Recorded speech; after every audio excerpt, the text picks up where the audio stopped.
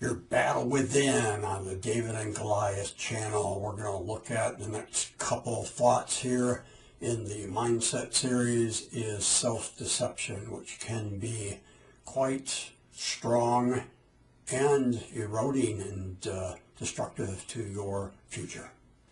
I had a handful of bosses as a young man in my 20s and 30s, and one boss I didn't particularly get along with that well. He ended up leaving town and taking another assignment in another city. So this was a few years down the road that I saw him in a pet store with a common friend, the owner of the pet store. To set the background on this, when he left and during times of conflict, I guess I'd call it, as we tried to work together, he was my boss. One time he just looked at me and said, "Curt, it's okay, I do not hold grudges." And I said, okay. So anyway, time goes on now. Here I find myself in the pet store. So I walk up to him and I say hi to the pet store owner and I say hi to Ron. He's kind of facing like this, okay? He didn't even turn his head to acknowledge my existence.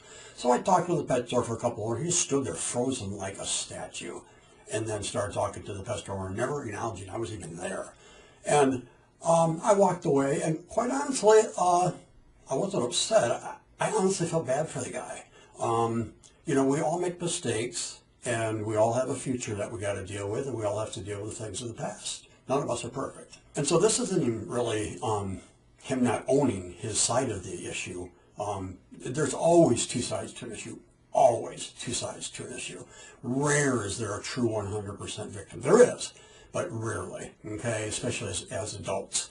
And so this isn't about him not owning his stuff. This is about his self-deception.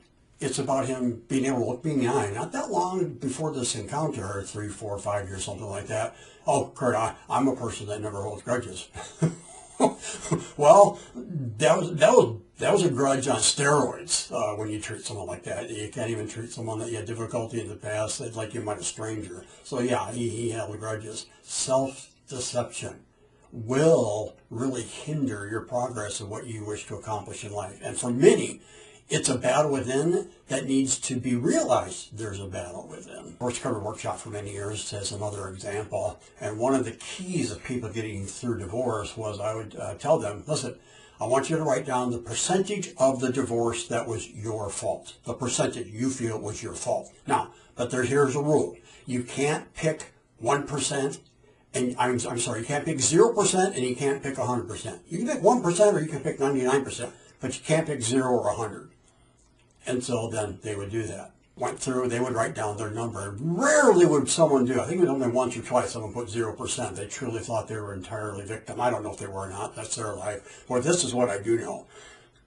That was a key to so many people getting better. See, as long as you're willing to own and not be deceived that maybe I had something to do with, whether it's a divorce, a business disagreement, a family conflict, whatever the case, unless you're willing to acknowledge, hey, you know what, there was something I didn't do or could have done or should have done or shouldn't have done, then you will tend to be self-deceived and not the most effective person that you can be in plotting out and gravitating and accessing your future. See, it really is true. Every man's way is right in his own eyes. Do you have people that speak into your life? Do you have people that you can ask, hey, this happened, can you give me any wisdom? See, there's victory and safety in a multitude of counselors. But if you, like that man, to stay in your isolated ivory tower without people speaking into your life or pointing out shortcomings or blind spots, why do you call them blind spots? Because you're blind to them. We all have them.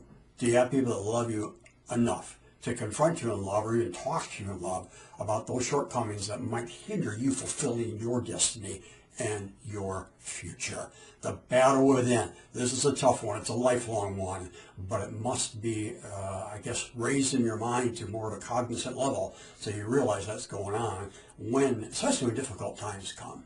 Share and subscribe to this channel. I'm wanting it to reach young warriors for the days ahead. There are many battles that have to be fought in these end times, and the more you win the battle within, the more you'll win the battles without. In advancing your dreams, goals, the kingdom of God, whatever it is that's on your heart to accomplish, the battle within comes first.